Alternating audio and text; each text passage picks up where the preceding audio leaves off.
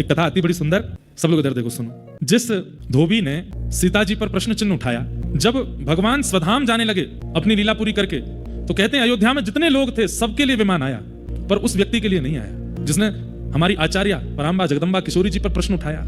सबके लिए विमान आया, सब अपने अपने विमानों पर बैठ करके जाने लगे। तब राम जी ने अंत में कहा, पुष्पक विमान में राम जी और पूरा राम दरबार बैठा। राम जी ने हनुमान जी से कहा, हनुमान एक काम करो। बोले क्या? जाओ देख करके बताओ कोई रह तो नहीं गया अयोध्या में, सबका विमान आ गया, सब बैठ गए ना। हनुमान जी महाराज व्यवस्था देखने गए, कोई रह तो नहीं गया, सब बैठ गए साकेत जाने के लिए। तभी हनुमान जी ने देखा कि सरजू जी के तट पर वो धोबी रो रहा है। हनुमान जी, तुम क्यों रो रहे हो और तुम विमान में क्यों नहीं बैठे? बोले मेरे लिए विमान आया नहीं। अरे तो तुम्हारे लिए आया, किसी और के में बैठ जाओ। बोले मुझे कोई विमान बैठा नहीं रहा, और मैं किसी में बैठ भी जाता हूं तो वो विमान उड़ता नहीं है, विमान ही कहने लगता है कि ये अनधिकारी है, इसको उतारो पहले। हनुमान जी लेकर के उसको गए और ले जाकर के राम जी के सामने प्रस्तुत किया। राम जी बोले अच्छा तुमको कोई विमान स्वीकार नहीं करा? बोले नहीं। एक काम करो, तुम हमारे विमान में पुष्पक में बैठ जाओ, क्योंकि पुष्पक तो हमारी इच्छा से उड़ेगा, बैठो। राम जी ने उसको बैठा लिया। ये जल का स्वभाव, जिसको कोई स्वीकार ना करे उसको स्वीकार करना, ये जल का स्वभाव है। और केवल स्वीकार नहीं करना, उसको पवित्र बनाना, उसके मैल को दूर करना, ये जल का स्वभाव। राम जी ने उसको अपने विमान में बैठाया। जैसे विमान उड़ करके सारे विमान वैकुंठ में साकेत धाम में प्रवेश करते जा रहे थे, अंत में जैसे ही पुष्पक विमान ने प्रवेश किया, वैकुंठ ने अपने द्वार बंद कर लिए। बोले नाथ, आपके विमान में छुप करके एक अनधिकारी बैठा है, पहले इसको निकालो। राम जी बोले तुम जानते हो हम कौन है? हम साकेत पति हैं, हम वैकुंठ पति हैं। हमारी इच्छा से साकेत का निर्माण हुआ है, हमारी इच्छा से सारा भूमंडल चलता है, हमारी इच्छा है कि हम उसको लेके जाएंगे, तुम कैसे द्वार बंद कर सकते हो? बोले महाराज क्षमा करें, पर साकेत के जो नियम हैं उन नियमों में आचार्य अवहेलना करने वाले को यह कभी नहीं प्राप्त हो सकता साकेत।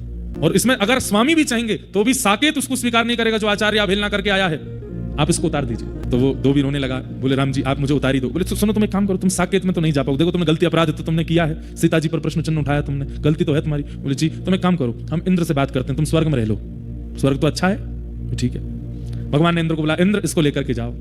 इंद्र ने अपना मुकुट उतार करके राम जी के चरणों में धर दिया। बोले अभी इस्तीफा देता हूं, इसको नहीं लेके जाऊंगा। आचार्य अवहेलना करने वाले को अगर स्वर्ग ले जाना पड़ेगा तो मैं अपने आचार्य, अपनी इंद्र पदवी से इस्तीफा दे दूंगा। बोले भाई मैं कह रहा हूं, मेरी आज्ञा नहीं मानो, आप चाहे जो कहिए सब करेंगे हम, पर हमारी सिया जी पर प्रश्न चिन्ह उठाने वाला, लक्ष्मी जी पर उंगली उठाने वाला, इसको स्वर्ग में स्थान दूंगा मैं।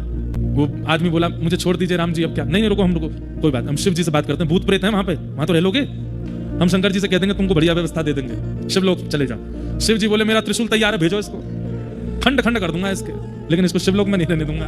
अंत में भैंसा पर बैठे हुए यमराज दिखे राम जी को, तो व्यक्ति रोने लगा। बोले अब तो यही लोक बचा है, यमलोक। हे नाथ कोई बात नहीं, मैं यमलोक ही चला जाऊंगा। नहीं कोई बात, तुम यमलोक चले जाओ, पर यम यातना तुमको नहीं भोगनी पड़ेगी, रहने का स्थान तो मिल ही जाएगा तुमको। हम बोल देते हैं यमराज जी से, यमराज जी। बोले जी इसको तेल में मत पकाना, इसके साथ में उल्टे सीधे काम जो तुम्हारे नरक में होते हैं वो सब इसके साथ मत करना। यमराज जी बोले भगवान आप चाहें जो आज्ञा कर दीजिए, मैं पापियों को ले जा सकता हूं, मैं अपराधियों को ले जा सकता हूं, पर आचार्य अवहेलना करने वाले के लिए तो शब्द ही नहीं है। ये पापी भी नहीं है, ये दुष्ट भी नहीं है, ये राक्षस भी नहीं है, ये उनसे भी गया गुजरा है। सोच लीजिए जब प्रेत लोक में इसको स्थान नहीं मिल रहा तो फिर यमलोक में कैसे मिल जाएगा? मैं इसको नहीं ले जा सकता। सोचिए, आचार्य अवहेलना करने वाले के लिए साकेत लोक से लेकर के यमलोक तक के द्वार बंद हो गए। अरे प्रेत योनि में भी स्थान नहीं मिल रहा है, मतलब प्रेत भी उससे पवित्र हैं जो आचार्यों की अवहेलना करता है। अब वो रोने लगा, मैं कहां जाऊं? राम जी को उस पर इतनी दया आ गई। राम जी बोले रुक। बोले क्या? मैं दूसरा साकेत धाम बनाता हूं, उसमें मैं और तू दोनों रहेंगे। और राम जी ने अपनी भृगुटी टेढ़ी की, एक और साकेत धाम बना दिया, और जैसे ही उसमें ले जाकर के रहने लगे, सब देवी देवता प्रकट हो गए। बोले नाथ ऐसा नहीं, तुम लोग जाओ, चलो यमराज जी तुम यमलोक ही संभालो, शिवलोक ही संभालो, तुम इंद्रलोक ही संभालो, और साकेत रह तू प्रसन्न, मैं नहीं रहूंगा आप तेरे पास। अरे मेरी आज्ञा नहीं मान रहे हो? राम जी को क्रोध आ गया, मैं कह रहा हूं इसको स्वीकार करो तो क्यों नहीं कर रहे हो? बोले भगवान आप जिद कर रहे हो कि स्वीकार करो स्वीकार करो स्वीकार करो, आपने एक बार भी ये क्यों नहीं पूछा कि ऐसा ये क्या करे जिससे इसका पाप नष्ट हो? संसार में हर पाप को दूर करने का एक समाधान है। बोले बताओ क्या करे ये? बोले अगर आचार्य हमारी सीता जी अगर इसको क्षमा कर देंगे तो इसका अपराध मुक्त हो जाएगा, हम इसको स्वीकार कर लेंगे। तब सिया जी को बुलाया, वो तो राम जी से भी ज्यादा करुणामयी है। सीता जी ने उसको बालक मान के सिर पर हाथ फेरा, हृदय से लगाया और कहा ये तो मेरा वत्स है, मैं इसे क्षमा करती हूँ। जैसे क्षमा किया अब तो होड़ लगी। इंद्र कह रहे मैं लेके जाऊंगा, यमराज कह रहे नहीं मेरे पास आएगा, मैंने कह दी तेल में नहीं पकाऊंगा तुझे।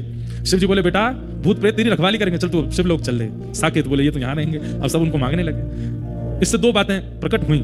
पहली बात कि राम जी कितने शीतल स्वभाव के हैं। जल का स्वभाव क्या है? जिसको कोई स्वीकार नहीं करता उसको जल स्वीकार करके पवित्र कर देता है। ठाकुर जी ऐसे हैं। बंधुओं, मंदिर में जाने से पहले एक बार अपने आप से पूछिए, क्या हमने ऐसे कर्म किए हैं कि हम बद्रीनाथ भगवान को इस शरीर से देखें? क्या हमने अपने जीवन में बहुत पवित्रता का ध्यान रखा है जो हमको गर्भगृह के बाहर बैठा करके हमसे पूजा कराई जाए? हम उस लायक भी नहीं है कि हम बद्रीनाथ भगवान के सामने खड़े हो सकें, लेकिन फिर भी हम खड़े होते हैं, देखते हैं, दर्शन करते हैं, प्रसाद पाते हैं। क्यों? क्योंकि वो हमारे अवगुण नहीं देखते हैं, उनका स्वभाव जल के जैसा है।